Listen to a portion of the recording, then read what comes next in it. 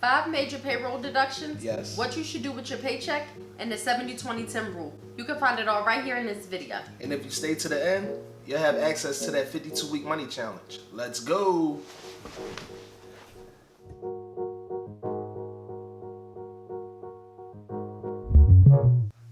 Hey guys, welcome back to the Murray Welcome Mindset. back. Let's go. Episode 2. Yes. How it feel? It felt great. I was mad nervous the first time. Definitely. I mean, it's all new this. I love it though. How did you like all of the love that we received from the first one? Overwhelming, but I feel like I'm on the right path. So, how did you feel? I liked it. It was crazy, like just seeing people that we know and stuff. Be like, yo, I seen this or I seen that, and I really liked it. But Absolutely. thank y'all. We Absolutely. appreciate it. We appreciate all the top. love, Off all top. of the DMs. I don't know why nobody commented on the video, but like was sending us DMs and text Yeah. messages and stuff. But it's cool. This is our second go round. Let's go. Let's do it. Today, what we talking about? Paychecks. Ooh. You know how I feel. You do them 2 weeks. 35 jobs I've had. 35. Yo, the bank probably like, yo, you got mad deposits. Yo, remember when we used to go to the Federal Credit Union and I used to be like, oh, I just need to change my direct deposit online? Yes. That's crazy. Yes. Good In and times. out. But thank y'all for joining us again. Episode 2, Murray Mindset. We here. Talking about understanding paychecks. Like what to do after you get a paycheck. Our daughter posed that question to us and I really didn't know what to say. At all. Because all we taught to just get the money, but not what we doing after we That get the is true. paycheck. They say go to school, then Yes. after you go to school, Yes. you get a job, then you get a job, you just start paying bills. But whoever really go over this is what you Paychecks. do with the paycheck when you get This might be a first for me. it. For sure. So I know you remember getting your first check and then it said gross in it. Definitely. And I'm looking at it strangely. Like what's going on? What does it mean? I mean, to me, gross is when it's how much you made, right? Right. So that's like what you earned. This is what you bust your behind for 40 hours. This is what you earn, like you said. Yeah. But then net is what you getting after taxes. What you bring home after 1,000 deductions. 1,000. And I know you worked your butt off for this, but Uncle Sam gonna take his, and this is what I'm gonna go ahead and send you home with. We call that net. So I also was saying when we were talking to our daughter, just about what to do with her check and stuff like that. Yes. Just looking at all of the deductions. It had your head spinning, for sure. If Definitely. you don't know what's going on out here, it'll definitely have you spinning. And you know what I do like about everything that's going on right now with What? the temperature in the world and everything? Ask questions. Never feel like you shouldn't ask a question. There's no such thing as a stupid question. Say Ask questions. Say it again. There's no such thing as a stupid question. Like she said, Ask. you only stupid if you don't. How about that? So it's 5 major deductions, taxes, Yep. however you want to label it, that Yep. goes into your paycheck. It don't matter if you work for John Deere or if you sweeping the floor at Wendy's. Yeah, if you're receiving a W-2, these apply to you. Definitely. Your FICA. FICA is the Federal Insurance Contribution Act. So FICA pretty much covers your retirement, your disability, Yep. and military survivors. So people who Exactly. have served our country, Yes. have put their life on the line and was Yes. able to make it home. Yes. And I mean, I believe that's a good fund because people did put their, life on the line, so they paid, what is it? Thank you for your service. Yeah, they paid their deserve dues. it. Yeah. Yeah. Next is Social Security, right? Yep. So Social Security, 6.2% of your gross goes to Social Security. It don't matter if you're a doctor, teacher, lawyer, bus driver. Doesn't matter. Off top. Let me get that. 6.2%. And then that covers your health insurance from the state and retirees. So people who maybe don't have money, so they their health insurance is covered because of how much money they make. So for some jobs, if you make under a certain amount, they'll cover your insurance. So Absolutely. part of that goes to that. Retirees, people who have been working for years. Our parents been working for years and paying them. Myself, I put in years. Yourself, 35 jobs. So, yeah, it's a bank. Technically, yeah. They said they're going to hold that for you. Work all week, I'll hold this for you until you I'm gonna handle it for you. Don't worry about it. The next is Medicare. Yeah. And health insurance, 65 and older, with disabilities or people who never worked. Yeah. Right? Yeah, like my dad never worked. Okay.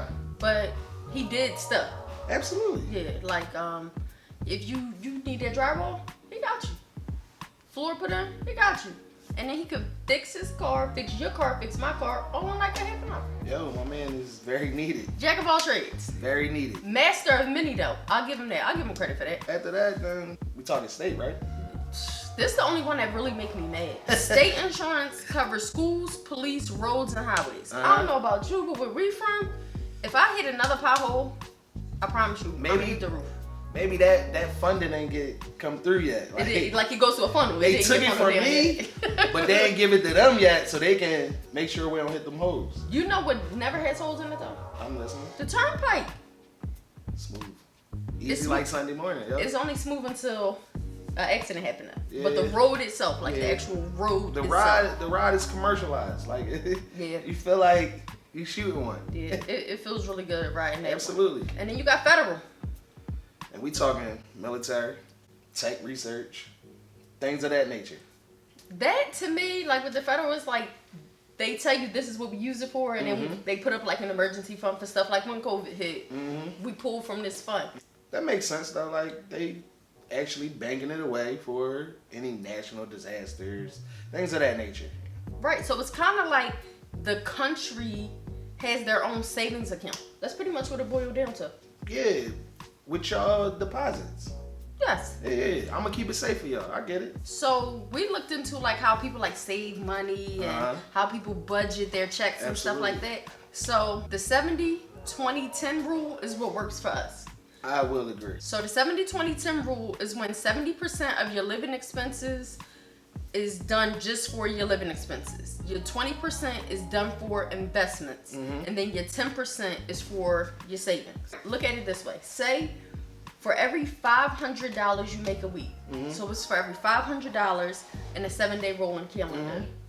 For every $500, if you take $250 and use it for living expenses, if you take $150 and use it for like investments, and then you take another 10% and use it for savings, which would be like another $100. Okay. If you work it that way, then you'll have what you want to have. I mean, I think that's the goal. So it sounds good.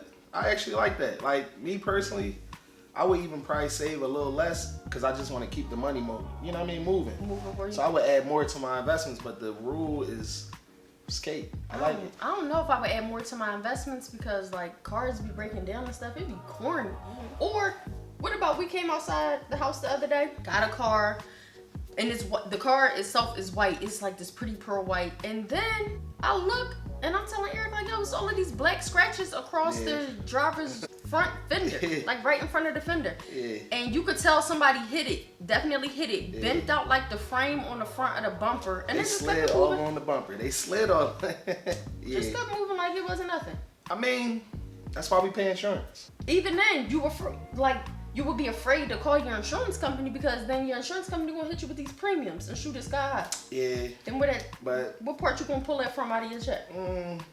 That's in the savings. Yeah, but you trying to cut your 10 up. You trying to put 25. Because I'm gonna invest in some things that's gonna give me cash flow. To me, savers don't really prosper because where I'm holding my bread at, it ain't gonna like do no numbers. Ooh, I like what you're saying, but those rules you gotta save for another video. Yeah, you're right. You definitely did. More to come. Yeah. So ultimately, understanding your paycheck is understanding where your deductions is going. Yes. And then once you bring home that net, what you doing with it? Yeah, it's all about expenses and profit. Your expenses will be those deductions like Pam spoke of, and then your profit is the net. Let me ask you this. Talk to me. Quick personal question. Have you ever dipped into your living expenses so you could like maybe buy something you probably shouldn't have been buying? Maybe a sweatshirt, some shoes, a bag. For sure, I was living like that.